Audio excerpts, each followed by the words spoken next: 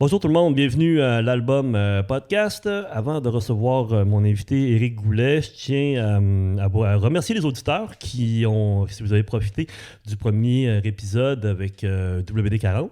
J'espère que vous avez apprécié, ça a été assez intense. Les autres le seront encore plus. Alors aujourd'hui, je reçois Éric Goulet pour le premier vrai épisode, dans le fond, de l'album podcast, parce qu'avec WD40, on se rappelle, c'est un spécial pour le 30e anniversaire. Mais je reçois Éric, qui d'ailleurs a fait, et je tiens à te remercier beaucoup, a fait la musique du générique qu'on va écouter à l'instant. Mais on se retrouve de l'autre côté. Yeah. Je l'aime beaucoup.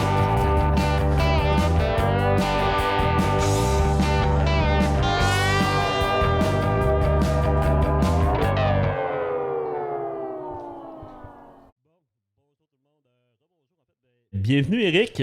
Salut. C'est un honneur de t'accueillir pour cet épisode-là. Ça fait longtemps qu'on en discute. Mm-hmm. Commençons. On parlait de WD40 justement. Tu as réalisé, je pense, 2 albums de WD40. 3? Oui. OK. Parce que là, on a enregistré 2 épisodes de WD40. Okay. Puis bientôt, ton nom va apparaître parce que les prochains, ça sera aux frontières de l'asphalte. Oui. Fantastique Strapagos. Oui. Fait que ton nom risque de sortir les dans les prochains... Ouais, exactement. On va commencer. Une question, juste pour débuter. Éric Goulet, c'est un gars de où? Moi, je suis natif de Sept-Îles. OK. Puis, par contre, j'ai grandi à Montréal à partir de 1970. OK. Fait que je me considère montréalais, mais d'origine diverse. OK, absolument. Pour nous aider à mieux te connaître, ce que j'ai fait, le petit exercice que j'ai fait, c'est que je suis allé voir ta page Wikipédia, puis j'ai relevé certains extraits. D'accord. Puis je te les cite, puis on en discute. Oh oui. OK. Allons-y. Alors, ta page Wikipédia. Leader du groupe rock alternatif francophone Possession Simple. Oui. Effectivement. Exact. Vainqueur du concours Rock en vol organisé par Radio-Canada en 1988. Ils sortent 2 albums avant de se séparer. Mm-hmm. Donc, les albums, il y avait... le premier, c'était... Guerre d'usure. Guerre d'usure. Et Cru. Cru, c'est ça. Ouais, okay. ouais. Qui ont été réédités en vinyle récemment. Guerre d'usure l'a été et Cru, je suis en train de travailler là, sur une réédition remixée même de l'album. Ouais. J'ai écouté, puis j'ai eu beaucoup de plaisir à écouter cet album-là. C'est vraiment bien fait. Cru? Ouais. Oui, on a vraiment... je pense que le premier album de Possession Simple, c'était un petit peu cumulatif de tout ce qu'on avait accumulé de chansons depuis l'existence, depuis le début du groupe. Là. Tandis que quand on est arrivé à Cru, on dirait que là, on avait fait beaucoup de tournées avec le son du band. C'était un petit peu précisé, si on veut. Donc, on a vraiment commencé complètement du nouveau matériel à partir de zéro. Okay. Puis là, on avait des objectifs, des trucs qu'on voulait faire. C'était sûr que c'était un disque un peu plus audacieux là, que le premier. Oui, effectivement. Ouais. Je t'en parle parce que je voulais te parler de ma rencontre avec ton travail. La première fois que je suis tombé sur Possession 5, c'était sur la compilation Kitchen Squad. Oui. Je m'en fais parler encore à tous les jours. C'est vrai? Pas tous les jours, mais assez souvent. C'est très drôle. Écoute, moi, j'en parle souvent justement aux gens que je connais dans le milieu parce que ça a été un véhicule. C'était à l'époque des compilations. Absolument. Les compilations étaient des véhicules aussi pour les artistes. Moi, je me souviens, on était à la Maison des Jeunes de Saint-Hubert. Mm-hmm. Puis je suis tombé sur cette cassette-là, adolescent, fin de l'adolescence. Je suis tombé sur cette cassette-là. Puis je pense que c'est 89. Même peut-être avant ça, je dirais. Hein? Autour de 80. Ouais, ça se peut. Il y avait des bands comme Groovy Aardvark dessus. Absolument. Il y avait Easyger, il y avait... il y en avait plusieurs. C'était un méchant patchwork. Oui, un méchant patchwork, The Bird Effect, puis tout ça. Puis vous, c'était tu cliques contre le système. Absolument. Oui, ça m'a marqué. Tu cliques contre le système. Qui était une espèce de... Ça se voulait un genre de clin d'œil à Frank Zappa, cette chanson-là. Oui? Ouais. C'était dans quel sens? À la fois musicalement et thématiquement, là, de faire un peu un côté... un peu une parodie de chanson qui dénonce. Dans le fond, c'était pas premier degré du tout, cette affaire-là. Oui. Et musicalement aussi, mélanger des éléments un peu de funk, puis des petits passages un petit peu... Oui, ben maintenant que tu me le dis, je fais le lien quand même avec l'univers de Zappa. Là. C'était vraiment ça. Là. J'étais beaucoup dans le Frank Zappa à cette époque-là. C'est probablement le plus proche que je m'en approcher. OK. Mais non, c'est ça. Puis c'est une tune qui m'avait marqué dans cette compilation. Mais là, plus que tu m'en parles, j'avoue que je peux faire des liens avec Zappa. Tu as raison. Moi aussi, je suis un grand fan de Zappa. On continue avec point numéro 2.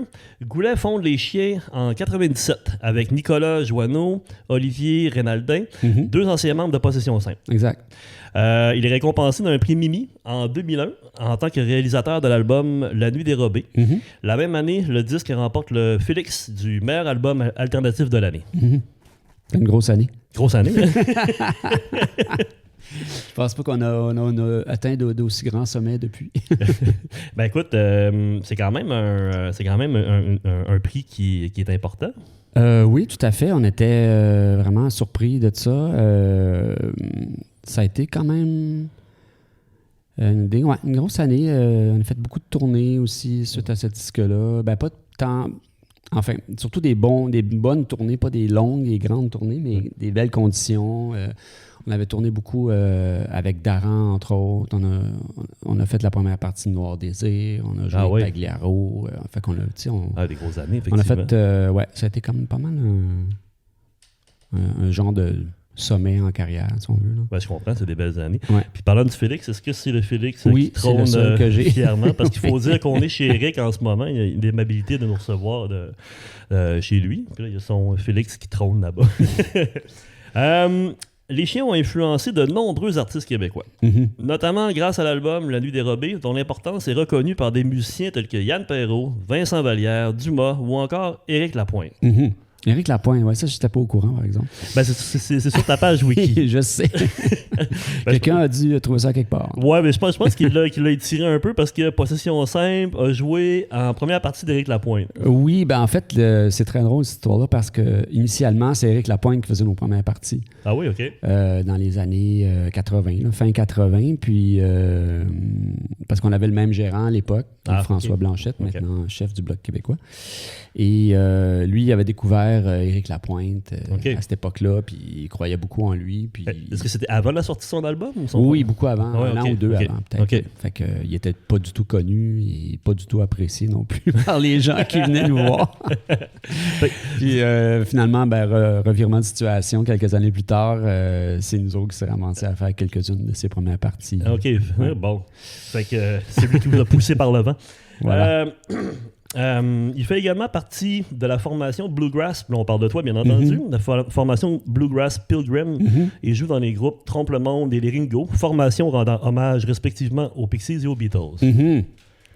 Les Ringo, ça, vous avez joué quand même souvent, on était habitué de vous voir quand même sur la scène montréalaise. Oui, on continue c'est un projet, là, c'est pas vraiment quelque chose dans laquelle on met beaucoup d'énergie, c'est juste un projet qu'on a parti pour le fun, un peu comme était le Trompe le Monde des Pixies à l'époque, qui était, je te dirais, une volonté de... J'étais tellement obsédé par la musique des Pixies à cette époque-là qu'il fallait que je la sorte de mon système. Puis la meilleure façon que j'ai trouvé de le faire, c'était de les chanter puis de les jouer. C'est un excellent... on a fait ça pendant quelques années, pendant 7 ans, je pense. Ah ouais, OK. Ouais, avec André Papanicolaou, Nicolas Joanneau des Chiens. Au début, c'était Olivier, l'ancien batteur des Chiens. Puis après ça, il a été remplacé par Jean Larocque. OK. Donc, on a fait ça un bon bout. Okay, jusqu'à ce que les Pixies se reforment, en fait. Ah ouais, OK, vous leur avez parce laissé que la place. Moi, l'idée que j'ai pour les groupes qui rendent un hommage, je ne me rappelle pas ça des hommages, là, mais en tout cas, qui interprètent des chansons de groupe, il faut que le groupe soit plus actif. Okay. Sinon, tu ne peux pas faire un hommage à Metallica si Metallica existe déjà. Non, dans mon sens, c'est un petit peu absurde. Mais tu peux jouer la chanson, même. moi, en fait, c'est rendre hommage à la musique, pas tellement au groupe comme tel, ou aux chansons, interpréter les chansons. Mais il faut que ce soit un groupe... Est-ce que tu as d'autres projets de groupe hommage ou tu es suffisamment occupé Très brièvement, il y a eu les Femmes Fatales qui faisaient des chansons du Velvet Underground. Ça a été... Bon, on a fait un show. Je ne sais pas si ça va se refaire un jour, là, mais ça, c'était cool. Un excellent nom, par exemple, Trompe le Monde. Là, oui, c'est important d'avoir des noms français aussi pour moi, parce que c'est des francophones qui le font. Donc, Ah, c'est parfait, ça. Il y a évidemment le musicien, mais on a parlé tantôt qui était réalisateur. Tu as réalisé, entre autres, Yann Perrault, Vincent Vallière, WD-40 et Michel Rivard aussi. Oui, Pierre Flynn, entre autres aussi. Oui, beaucoup de réalisations. Puis est-ce que tu as d'autres projets qui s'en viennent aussi de réalisation? Ah, il y en a toujours. Gilles Bélanger, on est en train de faire un album avec lui. Celui qui a écrit les 12 hommes rapaillés, la musique. Oui. Il y a une grande chanteuse acadienne qui s'appelle Sandra Lecouteur, avec qui j'ai déjà fait 2 albums. On est en train de commencer le 3e. Mon Dieu, il y en a. Pilgrim, un autre album qui s'en vient aussi. Fait que ta carrière de réalisateur va quand même de bon train, t'es occupé. Là. Oui, je peux pas me plaindre vraiment. Ouais. Ça va bien. Puis c'est quoi réaliser un album au Québec? Est-ce qu'il y a de la demande? Est-ce que les gens viennent te voir pour ce que tu as fait? Ou tu t'adaptes aussi à beaucoup de genres? Ben, j'essaie d'être le plus versatile possible. Ça, c'est sûr que je peux faire autant dans le genre d'électro que dans le folk, que dans le rock. Moi, j'aime tous les genres musicaux, donc puis j'ai une connaissance générale d'à peu près tous les genres musicaux. Est-ce que tu permets parfois de refuser des propositions? Ah oui, j'en refuse plus que j'en prends. Ah ouais, OK. Ouais, oui. Ben, parce que en fait, le critère pour moi, c'est de sentir que je peux apporter quelque chose. OK. Je veux dire, si j'entends un démo de quelqu'un, soit que, par exemple, c'est tellement bon tel que c'est là que je ne vois pas ce que je pourrais apporter de plus. Et ou ben, c'est tellement loin de ce que je ferais ou voudrais peut-être faire avec un genre de projet comme ça. Encore là, je vais probablement entendre porter à le refuser parce que je ne vois pas ce que je peux apporter. Là. Est-ce que toi, tu as approché des gens? Est-ce que tu as ciblé des gens pour dire, écoute, j'aime ton travail, je sens que je pourrais apporter ça? Est-ce que tu voudrais... Non. J'aurais aimé ça le faire avec... comment est-ce qu'il s'appelle? Gildor Roy, qui est un artiste que j'adore. Wow. C'est la seule personne que j'ai essayé d'approcher sans aucun succès. Je me suis même pas rendu à lui parler. Ah ouais, OK. Mais ça serait quelque chose qui m'intéresserait beaucoup. Une belle idée, par contre. Mais oui, je pense qu'on pourrait avoir du fun. Mais tu sais, c'est comme quand j'ai travaillé avec René Martel, avec Patrick Normand. Tu sais, c'est toutes pour moi des rencontres qui ont été... Mais ta carrière, c'est surtout dirigée vers le côté country, ces dernières folk. années, mais tu vois, là, comme je viens de réaliser un album avec Karloff, qui est complètement éloigné du country autant qu'on peut l'être. Karloff Galowski. Fait que c'est ça, moi, je me promène, dans le fond, c'est pas... il n'y a pas un style qui est plus important que l'autre, il n'y a pas un style qui m'est plus propre. C'est vraiment... En fait, c'est des rencontres, moi, c'est ça qui est important. Ben, j'imagine, parce que le réalisateur n'est pas juste là pour prendre la musique, la mettre dans une boîte. Je peux pas m'entendre avec la personne, même si j'adore ce qu'elle fait, mais qu'elle me tombe ses nerfs ou qu'elle veut rien savoir. Je veux dire, pour moi, ça reste avant tout une expérience humaine. Puis il faut que ce côté-là soit agréable parce que on dirait que là, j'ai comme plus de temps à perdre. Non, je comprends très bien. On va poursuivre. Avant de tomber dans la présentation de l'album, j'aimerais ça parler, puis c'est important pour moi de le faire, pas pour faire du name dropping ou rien, mais quels sont nos liens de connaissances? Ben, nous, on s'est connus à l'époque où tu étais batteur des Shirley. Oui, pas la formation récente. La première, la formation masculine. Oui. Puis je pense qu'on avait fait une couple de shows ensemble, notamment une tournée au Saguenay. Oui, effectivement. Fait que moi, c'est comme ça qu'on s'est connus. Mon souvenir qu'on s'est connus. Là. Moi, j'ai noté que... Oui, je me rappelle, on en discutait tantôt, ça a été des shows assez... épiques. C'est comme n'importe quel show au Saguenay. Ouais. Tu sais quand ça commence, mais tu sais pas trop quand ça finit. Écoute, je vais te nommer des choses, puis tu vas voir où je veux en venir. Donc, comme j'avais noté, on a partagé la scène avec les Shirley. On a joué ensemble au Franco. Oui. Une fois? Au moins. Au moins une fois. Ça, c'était avec... oui. Puis aussi, on a partagé... pas un rôle, mais une scène au grand écran. Oui, dans le film... La vérité. La vérité, voilà. J'avais la tendresse, mais ou l'amour, mais la vérité. Oui, exactement. Une scène de bar, je pense, où le groupe joue. Et, en fait, c'est comme dans le moment clé du film. Oui. Je pense qu'il y a un jeune qui va dans un bar, qui est sur la gueule, puis à partir de là, il fait une connerie qui devient la trame du film. Ou la trame du film. Oui. Puis on joue notre propre rôle dans Exactement, le fond. Dans notre propre rôle. C'est une affaire que je pensais pas partager l'écran avec Éric Moi non Goulet. plus. On sait jamais. Mais avec WD-40, je pense qu'on est un des bands, on l'a fait 2 fois. Il y a un autre film, oui, où le groupe c'est le film, un film de Sébastien Pilote, je m'abuse. Oui, c'est les Lucioles. La disparition des Lucioles. La disparition des Lucioles. Exactement, très bon film. On voit ma barbe pendant environ 2 secondes, même pas. Quel bon film. Non, mais je te demandais ça parce que tu m'as souvent donné beaucoup d'opportunités. C'est là que je voulais en venir, Okay. parce que, tu sais, avec les Shirley, tu nous as comme un peu accueillis en tournée, puis on a toujours été très reconnaissants. Avec Monsieur Mono, tu m'as donné la chance de réaliser ton clip. Puis aujourd'hui, avec c'est moi qui débute ce podcast-là, tu as été avec moi depuis le début. Puis je tiens à te remercier parce que tu m'as donné beaucoup d'opportunités. Puis voilà. On est là pour servir. C'était le moment émotion du podcast. Si on vient à ton groupe, Les Chiens, parce qu'on est là pour ça, si je te demandais une phrase pour décrire le groupe en 2000, quelle serait-elle? À ce moment-là, je dirais qu'on était... C'est pas facile, hein? On était un petit peu... c'était une grande période. Mettons, entre la fin de Possession Simple en 96, 97, puis le début des Chiens, autour de cette période-là, il y a eu beaucoup de remise en question. On a essayé beaucoup de choses. On a tenté, pour le premier album des Chiens, qui était un disque éponyme, donc il n'y avait pas de titre, on avait essayé de travailler avec un réalisateur établi, Pierre Bazinet, qui avait son studio au centre-ville. Puis là, on s'était dit, tu sais, moi, jusqu'à ce moment-là, j'étais pas mal toujours un peu le réalisateur par défaut, parce qu'on n'avait pas jamais les moyens d'engager un réalisateur. Il n'y en avait pas de réalisateur dans ce temps-là, de toute façon. Il y en avait quelques-uns qu'on connaissait, mais ça ne nous intéresserait pas de travailler avec eux. Il n'y avait personne que j'aurais vu capable d'amener ça où moi je voulais que ça aille à l'époque. Ça prend quelqu'un pour prendre la responsabilité de ça aussi. Ben aussi, mais c'était une période, tu sais, nous autres, on a toujours été indépendants, Possession Simple. On était un groupe qui a eu des licences d'albums avec des compagnies, principalement le premier. Mais on a toujours produit nous-mêmes nos albums, c'est-à-dire que c'était nous qui payions pour le studio, c'était nous qui... enfin, on ne payait pas pour la fabrication des disques, mais on payait pour tout ce qui était créatif, si on veut. Ben oui.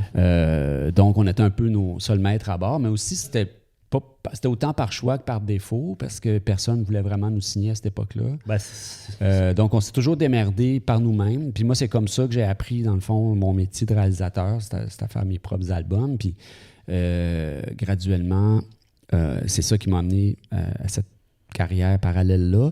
Et à partir du moment où les gens autour sont mis à écouter les disques qu'on avait faits, ils ont dit « Ah, c'est toi qui as réalisé ça. » Je dis « Ouais, ben OK, ben là, j'aimerais ça que tu m'aides parce que j'avais développé une connaissance de... » T'as appris par toi-même. Ben, complètement.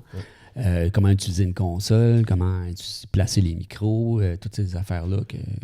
Ben, c'est ça, ça prenait un potentiel de débrouillardise aussi. Ben, c'est ça. Fait que moi, j'ai toujours été bon dans la guérilla. L'enregistrement guérilla, j'ai vraiment développé ça beaucoup dans ces années-là. Puis, quand on a fait, pour en revenir à la question, c'est quand on est revenu, le premier album de Possession Simple, on a dit, OK, enfin, là, on va essayer d'autres choses qu'on n'a jamais faites. On va confier notre bébé à quelqu'un d'autre, puis on va faire ça dans un vrai studio. Ben, on avait déjà travaillé dans des vrais studios, mais... C'était plus comme on louait l'espace, le temps d'enregistrer nos affaires, puis après ça, on flyait. Mais là, on s'est vraiment installé dans un vrai studio professionnel, avec un réalisateur professionnel. Puis le résultat a été correct, mais m'avait pas jeté à terre. Okay. Puis aussi, l'album a été un peu un flop parce que la compagnie de disques a fait faillite pas longtemps après la sortie. Donc, ça a été un peu un projet un peu mort-né, dans le fond. Fait que là, on s'est retrouvés encore une fois, fin 90, début 2000. Encore pas de compagnie de disques, un peu à la même place qu'on était là, une couple d'années avant. Mais par contre, avec plus d'expérience. Ben oui, effectivement. Et plus d'équipement, un meilleur équipement. On avait acquis à l'époque un 8 pistes Tascam de qualité professionnelle. Puis je m'étais acheté une petite console assez... correct quand même.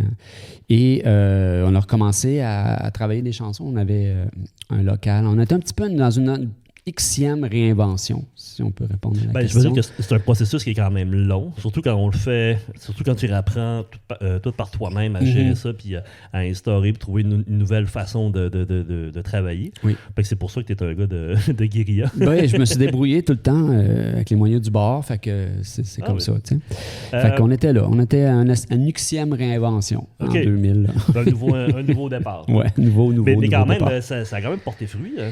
Oui, mais c'est pour ça que finalement, je crois un peu au processus, puis j'essaie de ne pas me laisser abattre à toutes les fois qu'il y a des contretemps ou des trucs, parce que je me dis tout le temps que à chaque problème, sa solution. Ça, à un moment donné, c'est sûr qu'on vient peut-être tanner au fil du temps de toujours réparer des pots cassés, là, mais... c'est un peu la réalité du métier aussi. Mais c'est ça aussi. Fait que c'est ça que je me dis que si tu veux pas... si tu n'as pas de plaisir à être dans une vanne pendant 4 heures pour aller faire un show de 80 minutes quelque part, t'es pas à ta place. Là. Maintenant, c'est tellement de me raconter brièvement l'histoire des chiens. Ah. Ben, écoute, c'est assez simple. C'est le prolongement naturel de Possession Simple. Dans le fond, à partir de la fin des années 80, on avait développé un peu un style musical qui mettait beaucoup l'accent sur les saxophones. C'était un peu quelque chose qui était dans l'air du temps à cette époque-là. Moi, je jouais du saxophone à cette époque-là moi-même. Puis je voulais intégrer ça dans le son du band parce qu'on se disait, il n'y a pas grand monde qui fait ça. Il y avait des groupes de guitare comme les Vilains Pingouins, les Parfaits Salauds, des affaires comme ça. Mais nous autres, on avait comme une petite touche différente. Du funk, Red Hot Chili Pepper. Oui, on avait de tout ça dans ce qu'on faisait. Moi, j'essayais de mélanger ça. C'était plus comme la section rythmique qui était portée là-dessus, Olivier, Nico. Moi, j'étais plus côté rock alternatif, R.E.M., Pixies, justement, ce genre d'affaires-là. Fait que c'était un peu comme le combat entre les deux tendances qui a donné le son du groupe. Ça, c'était bien correct. Sauf qu'après un certain temps, presque 10 ans de tout ça, on s'est rendu compte que finalement, le saxophone qui était joué rendu à cette période-là par Luc Lemire devenait un peu... pas encombrant, mais c'était comme quelque chose on se sentait obligé d'en mettre dans les chansons parce que c'était comme le son du band. Mais ça avait atteint sa limite. D'après moi, oui. Il aurait fallu peut-être que les choses tournent différemment, mais la façon que ça aboutit, on était rendu à un point où on n'avait plus envie de ça. On n'avait plus envie de... je pense que Luc, à l'époque, lui, voulait juste jouer du sax. OK. Il voulait pas être puis il était capable de le faire, mais il voulait pas être le gars qui joue de tout. OK. Fait que moi, je veux pas être le gars qui fait des keyboards puis qui fait juste jouer du sax. C'est parfait, mais là, ça pourrait être le fun d'avoir quelqu'un qui fait d'autres choses que juste jouer du sax. Des fois. Mais on était un petit peu rendu à une impasse. Puis lui, il commençait à jouer d'ailleurs avec Eric Lapointe. Donc, il était de moins en moins disponible. En tout cas, bref, un paquet de raisons qui ont fait ça s'est fait un peu naturellement. Naturellement, où on s'est rendu à un point où on se réinvente comme un trio avec Olivier puis Nico. Puis on a commencé à faire des chansons. Et là, qu'est-ce qui a fait la cassure là, pour dire l'identité des chiens, ça va se situer? On a essayé un court moment de poursuivre en tant que Possession Simple en trio. OK. Il y a eu un ou deux shows qui ont été faits avec des nouvelles chansons puis quelques vieilles. Mais là, on s'est rendu compte qu'il y avait certaines chansons qu'on pouvait jouer sans les saxophones. Mais c'est comme si on voulait plus traîner. Justement, une chanson comme Tu cries contre le système, qui était pour moi un peu une joke au début. Mais là, je me dis, 10 ans plus tard, je me voyais plus faire cette joke-là. On était comme un petit peu écœuré, je pense, de la peau qu'on avait à ce moment-là. J'imagine que c'est normal parce que ça avait quand même 10 ans. Fait en 10 ans, il se passe beaucoup de choses, il y a beaucoup d'évolutions. C'est ça. On était rendu plus loin. Puis c'est comme... C'est ça. Là, on approchait de la trentaine. C'était un autre... Il fallait changer le concept. Puis notre gérant à l'époque... c'est lui qui a suggéré, dans le fond, qui a dit, écoutez, pourquoi vous repartez pas complètement à neuf? Puis moi, sur le coup, ça m'a choqué, mais en même temps, j'étais comme, le groupe allait plus nulle part de toute façon. Je dis, OK, parfait, on se réinvente. Donc, vous avez fondé les chiens. Les chiens, mais c'était les mêmes gars, dans le fond. C'est juste qu'on a reparti le répertoire à zéro. Et c'est à peu près à ce moment-là qu'on a fondé justement le Trompe le Monde, parce que c'était une façon de jouer des chansons, alors qu'on n'avait pas encore de chansons. OK. Qui pourrait être capable de jeter les nouvelles bases. C'est ça. Fait qu'on a recommencé à jammer toutes les semaines, puis développer des chansons graduellement. Puis OK. Donc, ça nous situe pas mal. On va tomber au segment, justement, présentation de l'album. Donc, l'album qu'on va parcourir aujourd'hui, le titre, c'est l'album, évidemment, des chiens. La nuit dérobée. C'est bien ça. Année 2000, réédité en 2010. Oui, exact. Label La Tribu. Oui. Les musiciens, la réalisation, c'est toi. OK. Musiciens, Éric Goulet, guitare, voix, piano, synthé, harmonica, etc. Nicolas Joanneau et Olivier Reynaldin. Il n'y a pas eu d'autres collaborations? Il y avait Hélène Deblois qui a fait quelques chœurs. Sinon, il y a Pierre Girard. La part de Pierre Girard n'est pas négligeable là-dedans, là, qui nous a beaucoup aidé à la prise de son et évidemment au mixage. Laisse-moi penser. Je pense qu'on en était pas mal, juste nous trois. OK. Ouais. Donc, studio? C'est ça. C'était enregistré dans mon appartement, en fait. Ah oui, OK. Sur la rue du Parc La Fontaine. Ah oui, OK. Ouais. Fait que c'était un des premiers disques d'appartement à ma connaissance. Avec les batteries et tout? Ah oui, on avait utilisé, pour pas trop déranger les voisins, une valise en carton. Comme bass drum. OK, ceci explique cela. Voilà. OK, on en reviendra. Oui, ça a été... oui. Donc, il y a 11 pistes. Et puis, la conception de la pochette. La pochette, c'est un collage de photographies. Oui. Découpé, si on veut, sur fond noir avec vos visages. Oui. Qui a fait la... Louis Bédard. Louis Bédard. Ouais. Une très belle pochette. Oui. Il est un excellent graphiste. On a travaillé à quelques occasions avec lui. Oui, OK. C'est un bel univers. Je trouve, moi, c'est important quand même. Le visuel, c'est important. Le visuel, c'est important. Oui. Alors, dans l'introduction du balado, en fait, dans le concept du balado, c'est qu'on demande à des artistes de présenter un de leurs albums classiques. Dans ton cas, je pense que je pouvais te demander un album classique de ta discographie. Qu'est-ce qui fait de cet album un classique? Pour moi, c'est un disque qui nous a vraiment définis. Parce qu'avant ça, les chiens, je pense que les gens avaient plus ou moins... Le premier album, ça avait un petit peu passé dans le beurre pour des raisons, pas nécessairement artistiques, mais... et à partir de ce moment-là, il y a quelque chose qu'on avait réussi à atteindre, un degré d'unité, je pense. Puis je pense que l'idée de vouloir faire ça un peu comme genre... presque un album concept, dans le fond, un peu... C'est comme notre version lo-fi de Dark Side of the Moon, si tu veux. On voulait faire quelque chose d'un peu plus ambitieux, mais avec les moyens du bord. Mais c'est un album qui est resté, on va en parler un petit peu plus tard, mais c'est un album qui est resté quand même un classique, qui est resté dans la mémoire, disons, de l'underground québécois. Oui, beaucoup de gens, ça rejoint beaucoup de gens. C'est que j'ai constaté au fil du temps. Là. C'est pas un album qui a vendu énormément, pas encore là, pour des raisons qui ne nous concernent pas, nous. Mais ça rejoint beaucoup de gens. Beaucoup de gens sont venus à l'époque. Je me rappelle, les gens venaient me voir, les artistes justement comme Dumas, comme Vincent Vallière m'a appelé pas longtemps après pour que je réalise son deuxième album. Ainsi de suite. Ça a eu beaucoup de répercussions. Ça nous a fait gagner des prix prestigieux, etc. Donc, c'est un album vraiment qui nous a mis sur la map, si on peut dire. Parce que moi, ça a été une belle surprise pour moi, parce que moi, j'ai accroché sur les chiens, sur l'album Debout. Pour moi, c'est un album qui est classique, splendide. Puis je connaissais moins la Nuit dérobée. Puis ce podcast-là m'a permis comme de redécouvrir un peu l'album, me replonger dedans, puis de comprendre pourquoi c'est un classique, le travail qu'il y avait en arrière de ça. Parce que c'est ça qui m'intéresse beaucoup, le travail des artistes.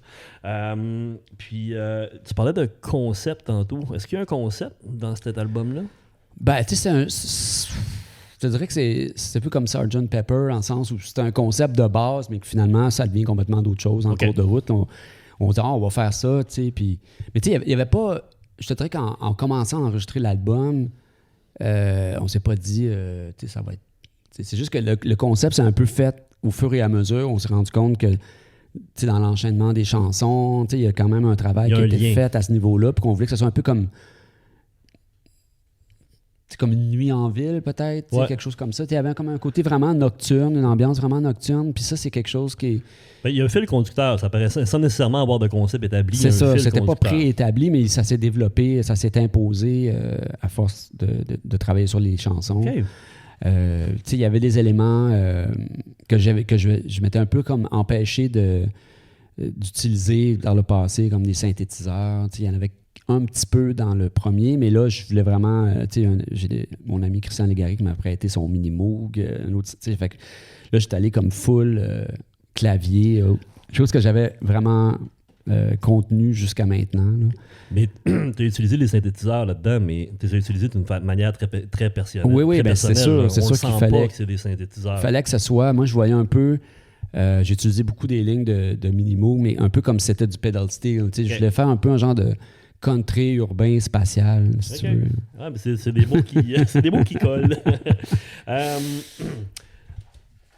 Rubrique, ils ont dit... j'ai exhumé certaines citations, des extraits de critiques que j'ai dans mes grandes recherches. Le journal Voir, le 18 octobre 2000, Nicolas Titley écrivait « Puis, l'harmonica de L'homme à la maladie nous rappelle que si Goulet est un fan des Pixies, il est aussi un disciple de Neil Young. En baissant le volume, il a affûté sa plume et adapté son timbre à une série de petites vignettes d'amour urbaine, pas toujours roses. » C'est ça. C'est les petites scénettes. Ben oui. Mais je trouve que c'est un extrait qui décrit bien justement ce qu'on parlait de l'espèce de fil conducteur de l'album. La presse, 2010, Marie-Christine Blais, c'est pour la réédition de l'album. Commentaire très élogieux. C'est l'un des plus beaux disques jamais produits au Québec. L'un des plus méconnus aussi. Un album qui a influencé aussi bien les Cowboys fringants, Besson Vallière, Éric Lapointe, Yann Perrault que les vulgaires machins. Oui. Quand même. Ben oui, écoute, c'était... Je sais pas, on a frappé... Tu sais, des fois, tu essayes des affaires, puis tu n'y arrives pas, puis des fois, c'est ça. On essayait... En faisant ce disque-là, on se disait pas, ça va être ça. Moi, on voulait juste réussir à faire un bon disque avec les moyens qu'on avait, qui étaient très, très, très peu. Là. C'est les autres qui décident. Un petit 8 pistes, des micros vraiment à 100$. Puis c'est les autres qui décident qu'un album devient un classique ça va rester dans la mémoire collective. Ça a touché collective. les gens, puis ça, on est toujours un petit peu dépassé par ça, parce à toutes les fois qu'on fait un album, on espère qu'on va toucher les gens. Ben oui, effectivement. Pour un paquet de raisons, des fois ça marche, puis des fois ça marche pas. Mais dans ce cas-là, ça a marché. Hier, j'ai tapé ton nom dans YouTube. OK. Puis je suis tombé sur un petit perle quand même. Ton entrevue avec Claude Rajotte. Oui. Pas au cimetière des CD, au Rajotte. Plusieurs années plus tard, hein? Je pense 2015, ça se peut. Ça se peut, oui. Sur YouTube, des fois, c'est jamais trop clair, là, mais bref. Il dit « J'ai capoté sur la réalisation. C'est aussi bien fait qu'Abbey Road. » Citation de Claude Rajotte, quand même. C'est très drôle. C'est ironique un peu, cette affaire-là, parce que Claude Rajotte, on a vraiment... moi, c'est quelqu'un que j'admire énormément, dont j'admire la culture et le goût et moi, j'ai connu Claude Rajotte à l'époque où il animait une émission de radio New Music Foundation à Chaume, le dimanche soir. C'est grâce à lui que j'ai connu, mettons, Midnight Oil ou des affaires comme ça à l'époque. Pour moi, c'était vraiment une référence. Et je me souviens qu'on avait fait un premier démo à l'époque, en 85, 86, comme ça, sur un 4 pistes à cassette, etc. Et on lui a fait envoyer... en espérant avoir une bonne critique, mais il avait été excellent et typiquement lui-même premièrement prenant la peine de nous répondre, ce qui était déjà quelque chose, mais pour nous dire que c'était correct, les Beatles étaient déjà passés par là, fait que c'était pas très original ce qu'on faisait, puis c'était pas du tout Beatles, mais en tout cas, lui, il avait déjà fait une espèce de référence négative à l'époque, fait que je trouve ça drôle qu'il revienne plus tard pour dire que c'était aussi bon qu'Abbey Road. Ben écoute, merci Claude. Là, je comprends l'ironie. Ouais, c'est très drôle. Mais c'est pas vraiment que c'était mieux réussi, en fait, c'est ça que je comprends. Par contre, il faut dire que tout de suite après, la phrase suivante, il parle de WD-40. OK. Puis il dit que c'est un groupe qui est mythique, qui n'est pas assez connu aussi. C'est ton travail aussi, je pense. Hein? Parce que tout de suite, je pense qu'il fait référence, j'imagine, aux frontières de l'asphalte, les albums que tu as réalisés. C'est comme des beaux compliments. Vraiment, oui. Puis écoute, aussi, on ne sait pas, mais on ne sait plus. À l'époque, où il était VJ à Musique Plus, Claude Rajotte avait fait paraître une compilation de ses chansons préférées. Ah oui. Et qui était...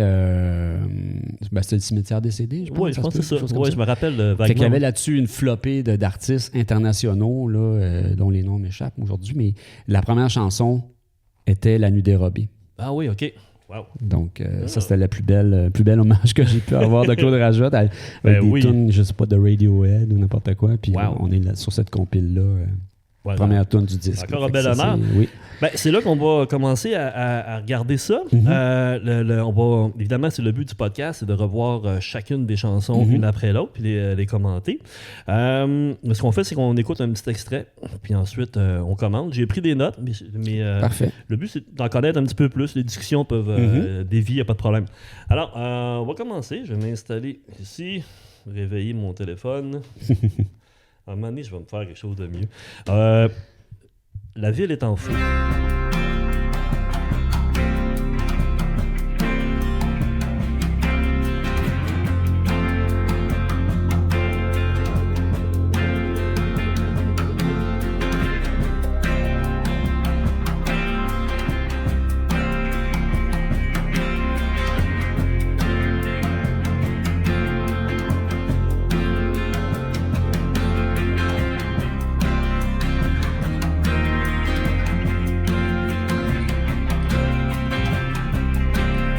Est-ce que tu réécoutes tes albums des fois?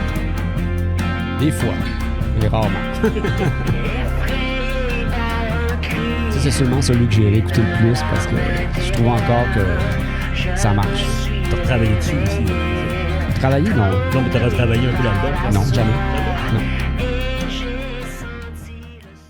Non, ça, c'est un album, pour moi, je ne peux pas refaire. Il y a des albums que je remixerais.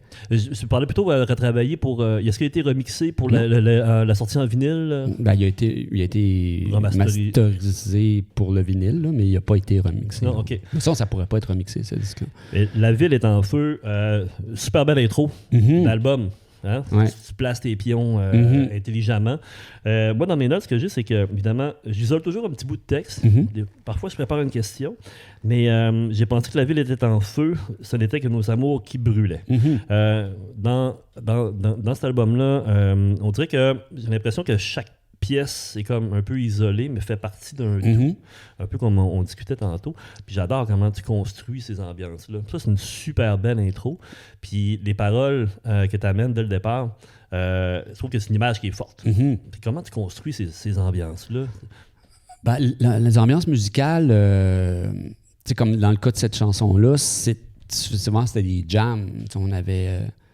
On jouait beaucoup ensemble encore à cette époque-là. Donc, des fois, on commençait juste à jouer, puis là, Olivier peut-être partait un beat, puis tout le monde se joint, puis graduellement, ça fait comme une espèce de truc. Puis à partir de là, ben, souvent, nous, on enregistrait pas mal tout ce qu'on faisait, donc on pouvait repartir, isoler un bout, dire « OK, là, on construit là-dessus, on a ce groove-là, fait que là, où est-ce qu'on va avec ça après? » Fait que là, graduellement, la chanson se développe comme ça, dans ce cas-là, dans le cas de cette chanson-là en particulier. Puis ensuite, ben, les textes, pour vrai, il y en a que je peux te dire à peu près d'où ça vient, d'autres non. Je m'en rappelle juste pas. T'es un peu des fois dans une espèce de lancée créative, puis ça devient comme ça. Oui, parce que tu portes une bonne attention au texte quand même. Oui, parce que quand je le chante, quand je le réentends, ça c'est beaucoup le processus de force d'en faire aussi. À un moment donné, tu finis par trouver autant ta voix. Graduellement, je pense que entre les premiers albums de Possession Simple et rendu à cet album-là, je pense que j'ai commencé à avoir vraiment trouvé mon thème. Ouais. Un thème où j'étais... C'est parce que jusque-là, bien souvent, tu m'as demandé si j'écoutais mes albums, c'est parce que souvent, je n'étais pas capable de m'entendre chanter. Après le coup, parce que, mon Dieu, c'est épouvantable des fois. Pas parce que c'est mauvais, mais c'est juste parce que c'est tellement... T'as l'impression que t'es tellement trop en fer ou je sais pas quoi. Non, mais c'est le principe que quand t'entends ta voix, c'est ça, quand je me réécoute là-dessus, j'aime pas ma voix. On a la difficulté à s'habituer. On a dit ça, en tout cas, bref, à partir de ce disque-là, j'ai commencé à trouver... j'ai utilisé beaucoup des micros de CB, des affaires comme ça pour trafiquer ma voix aussi, puis créer justement un côté un peu, pas expérimental, là, mais... créer des ambiances, puis c'était assez, quand même... assez unique, comme pas unique, mais... au Québec, il n'y avait pas encore beaucoup de monde qui allait là. Créer des ambiances, faire des chansons plus comme un peu Radiohead. Il y avait là-dedans, dans ce disque-là, il y a un peu des influences Radiohead, c'est sûr, OK Computer, mais encore là, c'est tout digéré. Ça part d'une intention de... Ben, c'est pas des emprunts, ça a été, c'est ça, ça a été digéré. D'établir quelque chose, puis... après ça, c'est ça, on part avec ça. OK. Il faut dire qu'ils vont quand même tracer la voie à plusieurs... Oui, mais tu sais, eux autres, même, pour moi, tu sais, quand j'ai entendu OK Computer, tu sais, j'entendais Pink Floyd, j'entendais King Crimson, j'entendais plein d'affaires, tu sais, qu'eux autres avaient digéré. Fait que je me disais... Moi, tu sais, je rajoute ça dans la patente parce que moi aussi, j'ai Pink Floyd, moi aussi, j'ai King Crimson, moi aussi, j'ai toutes ces affaires-là. Non, mais c'est là, tu as créé ta propre identité. C'est ça, mais c'est important de prendre le temps de bien digérer ces influences. Puis, de les personnaliser, se les approprier. Exact. Donc, on poursuit avec L'homme à la maladie. Mm-hmm.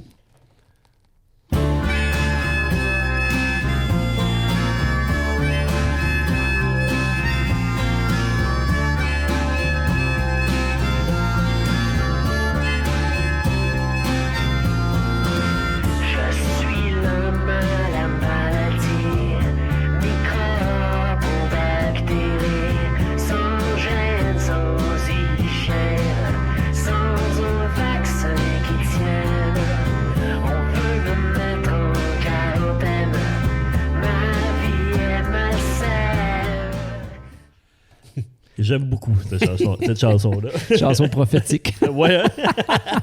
Justement, c'était la question qu'on veut savoir. Je dis pas Nostradamus.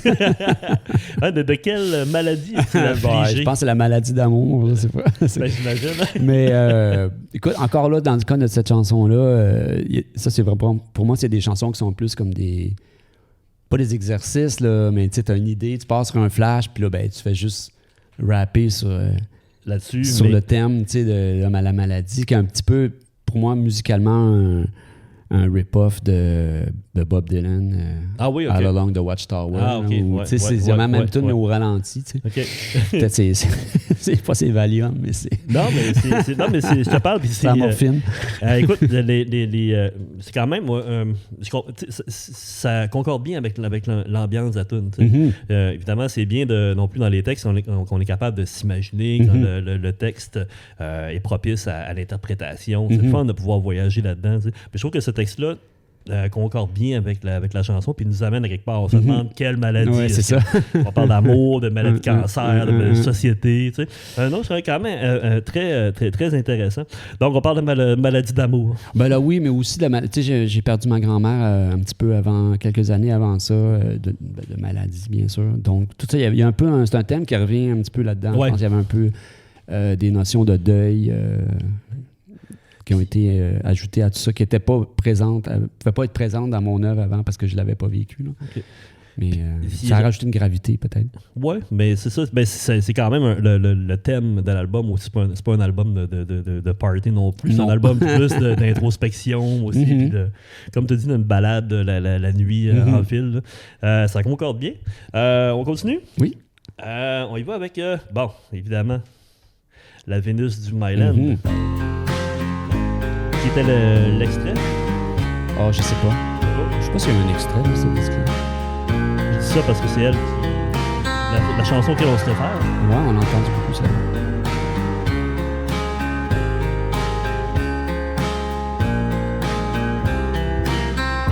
Tu l'abandonnes au coin de la rue,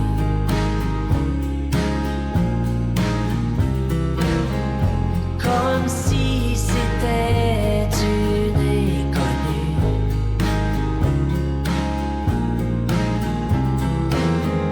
Tu la sens descendre vers le fond. Évidemment, ici, on coupe les extraits, mais j'invite tout le monde à aller se procurer l'album. Où est-ce qu'on peut se procurer l'album? Il est trouvable il est sur les plateformes déjà. Mais physiquement? Physiquement, le disque physique en 2023 est sur respirateur artificiel depuis un bout. Mais c'est possible de l'avoir commandé. Il y en a à l'Oblique, il y en a les disquaires indépendants. Chez tous les bons disquaires et même par commande postale. OK. Sur ma page personnelle. Je parlais de ça parce que là, on écoute des petits extraits. Pour ceux qui ne connaissent pas, évidemment, les chiens, il faut dire qu'il faut donner le temps à la chanson de prendre racine, de s'installer. Puis le Vénus du Myland, même si ce n'est pas un extrait officiel, je pense que c'est l'extrait qui a plus roulé. C'est une chanson qui a joué beaucoup. C'est une chanson qu'on joue encore Comme beaucoup de chansons de ce disque-là, d'ailleurs, qu'on joue encore en show. Mais moi, je trouve que c'est une pièce qui est vraiment qui est magistrale. Merci. Parce que, non, je te dis ça, c'est parce que c'est un album que j'étais content de le faire, parce que j'étais content de le redécouvrir, puis avec le recul, que cette pièce-là existe, que cet album-là existe, pour moi, c'est quelque chose de vraiment important, puis je peux comprendre l'influence que ça a aussi chez d'autres musiciens. L'amour est une perte de contrôle et la vie une leçon de rock'n'roll. Ça, c'est le petit bout que j'ai isolé. Parce que je pense que tu as raison. Plus on vieillit, plus ça part de l'importance.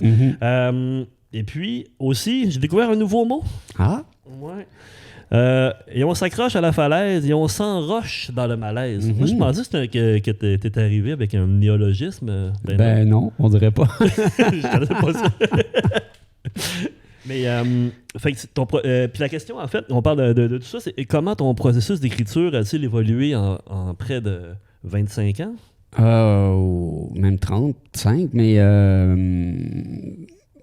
c'est beaucoup de... J'ai fait beaucoup de recherches aussi. Encore là, on parlait de réinvention, là, mais quand on a commencé Les Chiens, je voulais que ce soit un nouveau départ, mais pas juste musical. Fait qu'à cette période-là, j'ai vraiment, en fin 90, là, j'ai complètement détruit ma personnalité artistico-créative. Dans le sens que j'ai vraiment... c'est comme si tout ce que j'avais écrit jusque-là valait plus rien, puis qu'il fallait que je recommence vraiment à zéro. Fait que là, j'ai vraiment fait mes recherches. Après, c'était pris Internet quand même. Mais fait que je suis allé... j'ai pris des livres sur l'écriture, pas l'écriture de chansons tellement que l'écriture dramatique, entre autres. OK. Parce que je m'intéressais beaucoup à l'écriture. Je me suis mis à écouter un peu pour le prendre un peu par osmose, mettons du Serge Gainsbourg. Je suis allé vraiment chercher d'autres sortes d'influences que les premières influences que j'avais au début, qui étaient peut-être plus Offenbach ou je sais pas, des trucs peut-être plus québécois. À partir de ce moment-là, je me suis vraiment ouvert à plein d'autres choses. Puis là, j'ai essayé d'intégrer dans les chansons un côté plus dramatique, une construction plus dramatique du texte. Je te pose la question parce que aujourd'hui, peut-être qu'on va, si le temps nous le permet, on va enregistrer 2 épisodes. Puis le prochain épisode porte sur ton dernier album, Goulet. Puis je te pose la question parce que j'ai porté attention évidemment au texte de La Nuit dérobée et Goulet. Puis c'est ça parce que je trouve que tu as une constance, il y a un soin, il y a un choix des mots puis même sur l'album Debout, des albums country, il y a une constance, il y a une solidité dans les mots. Fait que c'est la raison pour laquelle je te pose la question. Puis je suis content d'apprendre que tu t'es outillé pour ça. Hein? Oui, vraiment. Ça paraît. Oui, j'ai travaillé fort. Puis au début, c'était pas bon. Puis à un moment donné, c'est parce que c'est vraiment essai-erreur. Okay. Beaucoup d'essais-erreurs. Puis c'est d'entendre aussi, c'est de savoir... Il y a des, en tout cas, pour moi, je sais pas pour les autres, mais pour moi, il y a des mots que je sais que je peux pas dire. Ouais. Je peux pas dire ce mot-là. Je sais que ça va pas bien sonner, ça va filer. En bouche. Fait qu'il y a vraiment toute une conscience de ces affaires-là que j'avais peut-être pas à l'époque, que j'ai vraiment développé au fil du temps, de savoir que, là, j'ai pas l'exemple qui me vient, mais si tu veux dire telle phrase, dis-la de telle façon au lieu de telle façon, parce que peut-être que c'est moins beau, littéralement parlant, mais ça va sonner mieux. Parce que, tu sais, il y a des... c'est exactement ça, parce que, tu sais, les sujets sont universels dans les chansons, souvent, ça revient, c'est des expériences qu'on vit. Mais ce qui est le fun, c'est de trouver une tournure de phrase, une phrase qui va sortir du lot, un beau jeu d'esprit. Puis je trouve que ça arrive quand même... régulièrement. Mais c'est quelque chose que je fais dans la vie de tous les jours. Hein. Je suis un peu genre le gars qui fait des jeux de mots poches un peu tout le temps. Là. Ah oui? Moi, j'aime pas ça, les jeux de mots. Tu vois. Mais dans les chansons, ça sert. Il faut juste pas en abuser. Non, je dis ça parce que c'est carrément le contraire. Donc, Le Ministre du Myland, c'est une chanson qui a eu une belle... moi, je trouve, à mon avis, c'est elle qui identifie bien l'album. Oui, je pense que ça intègre bien tous les éléments qu'on aime de ce disque-là. Les ambiances... les mélodies. C'est tout un album qui... Je pense qu'il a une des forces de cet album-là, c'est sa... Je pourrais dire sa vitesse, son tempo. Ouais. c'est que toutes les chansons, on a vraiment... Moi, c'est quelque chose que je voulais vraiment qu'on impose, c'est vraiment d'asseoir les chansons, d'asseoir les grooves. Tu sais, ce qu'on avait gardé dans le premier album des Chiens de Possession Simple, c'était un côté un peu énervé, rythmiquement, un peu dynamique. On était beaucoup réputés pour notre énergie. Possession 5. Quand tu revois les critiques de l'époque, ça a l'énergie. Puis ça, c'est quelque chose comme... On se dit, oui, c'est vrai, on était plus jeunes aussi, mais l'énergie, c'était bien important que ça soit dynamique. Alors que rendu là, on avait fait déjà un premier album en utilisant un peu, mais en commençant tranquillement à intégrer des éléments plus ambiants et tout ça, mais là, rendu là, j'ai dit, OK, là, non.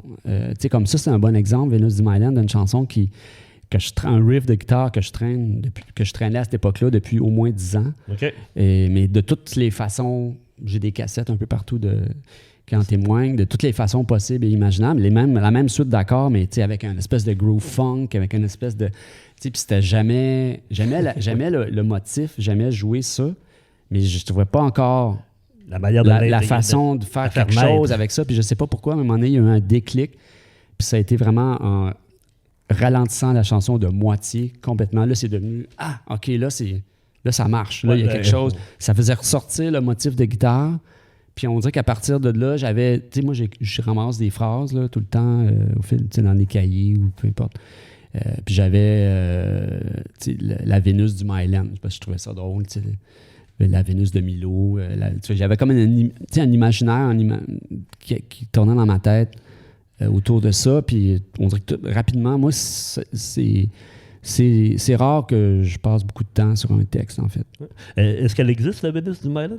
Ben oui, c'était quelqu'un que j'ai connu à cette époque-là. Okay. Mais à un moment donné, c'est que quand tu écris une chanson, pour moi, je mélange tout. Oui, je peux comprendre.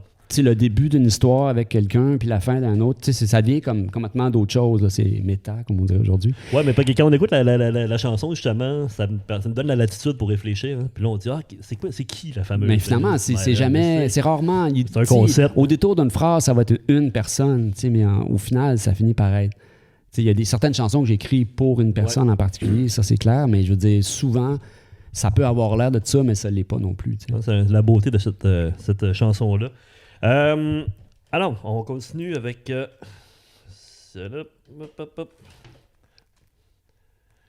faut que je raffine mon affaire un petit peu. Okay.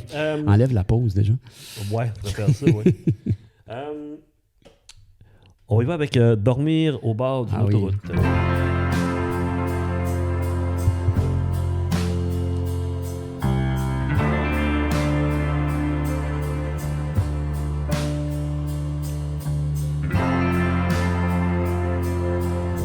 Ça, c'est le genre de groove que j'aime beaucoup. Ça, c'est Olivier, ça. Ouais. Je dors au bord d'une autoroute.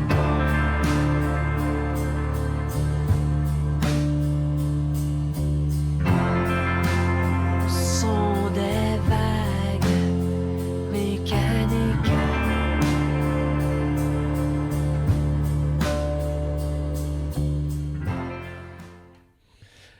Écoute, ça c'est une zone que j'ai vraiment découvert. Mm-hmm. J'aime beaucoup l'ambiance. Mm-hmm. On parlait aussi d'ambiance cinématographique un peu. Je trouve que tu es bon pour installer ces ambiances-là. Puis moi, j'aime beaucoup me créer des scénarios. D'habitude, je suis plus quelqu'un qui écoute la musique, qui écoute le texte. Mm-hmm. Mais quand je me concentre là-dessus, je trouve qu'on est capable de générer des images. Mm-hmm. Puis créer un paysage, créer un scénario. Puis cette tune-là est comme parfaite pour ça. Ce que j'ai isolé, c'est que je dors au bord d'une autoroute. Ce sont des vagues mécaniques.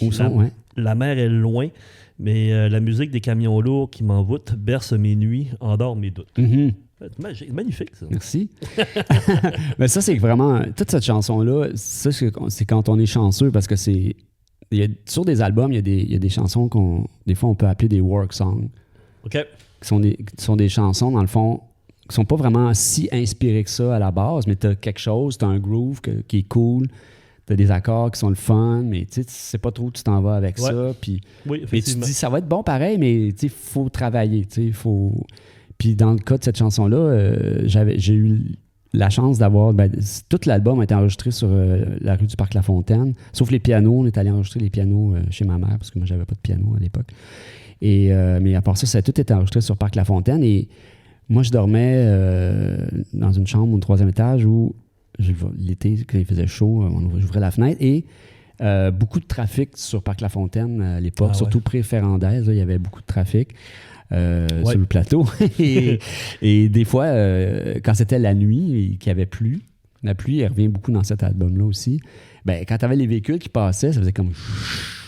C'est vrai. Pour moi, c'est là qu'est venue l'image des vagues mécaniques. Ouais. Puis après ça, là, c'est devenu un travail de on l'entend jeu de moment. mots. Mais toute l'ambiance, la chanson a contribué un petit peu à cette histoire-là. Ouais, je comprends parce que quand j'étais avec les Shirley, notre album, notre premier album, Mescaleros, on a travaillé aussi beaucoup les ambiances. C'est quelque chose qui est construire des décors. C'est de la musique, pratiquement de la musique de film. Ben oui, c'est génial. Moi, j'adore la musique de film. Ma plus grosse influence musicale, c'est Ennio Morricone. Ah ouais, ok, c'est ça. Ouais, moi aussi, j'adore ça. Puis, je pense que c'est vraiment important aussi de prendre le temps de s'écraser, profiter de ces ambiances-là. T'sais. Moi, j'adore ça. Puis c'est pour ça que c'est un album qui me plaît beaucoup, entre autres. Ensuite, on va y aller avec justement encore un peu dans le même style. Il y a comme 3 tunes qui sont dans le même style. Motel Horizon. Ah oui. Tu vois, ça, c'est un room tone de la rue du Parc-La-Fontaine. Ah ouais, OK. J'ai sorti le micro dehors. Ah ouais, OK. J'ai enregistré les autos qui passaient, les vagues mécaniques.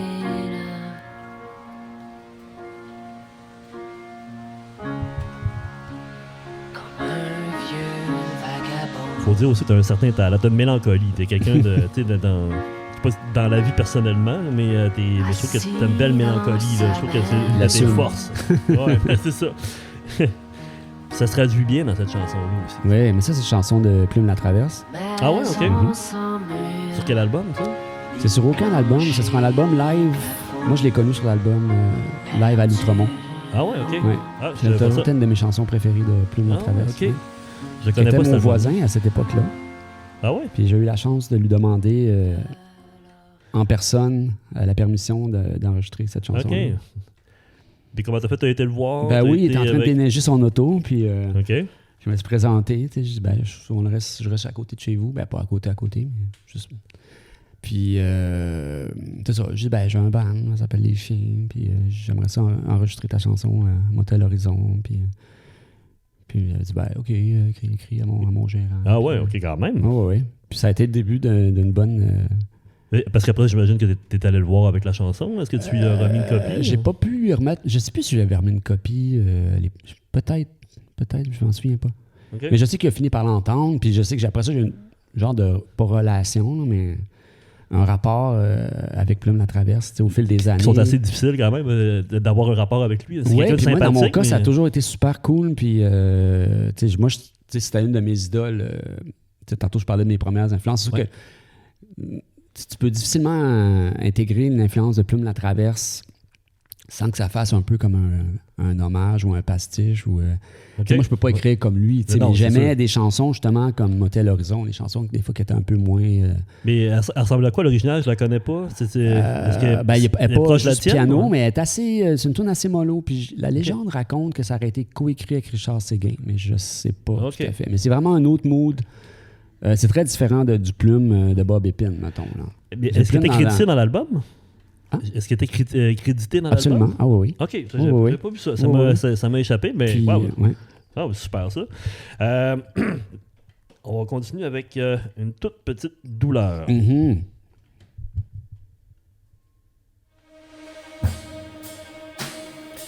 J'ai une note là-dessus, justement, les sons de batterie. On entend bien la valise. Hein? Ouais, c'est ça que... Ceci explique cela. Les violons là-dessus, c'était un sampling de Mélotron que j'avais. Ah ouais? Mm-hmm. OK. Wow. OK. Il est là pas mal toute la tune. Ouais. C'est ça. C'est quoi le sujet de cette tune-là? Parce que c'est quand même porté à interprétation avec le texte, si on veut. Là. Oui. C'est ça une chanson. Je pense que ça revient, c'est quand ça parle un peu du deuil, comme je disais tantôt. Ok. Couper la peau sur une feuille de papier. J'avais peut-être la tête ailleurs.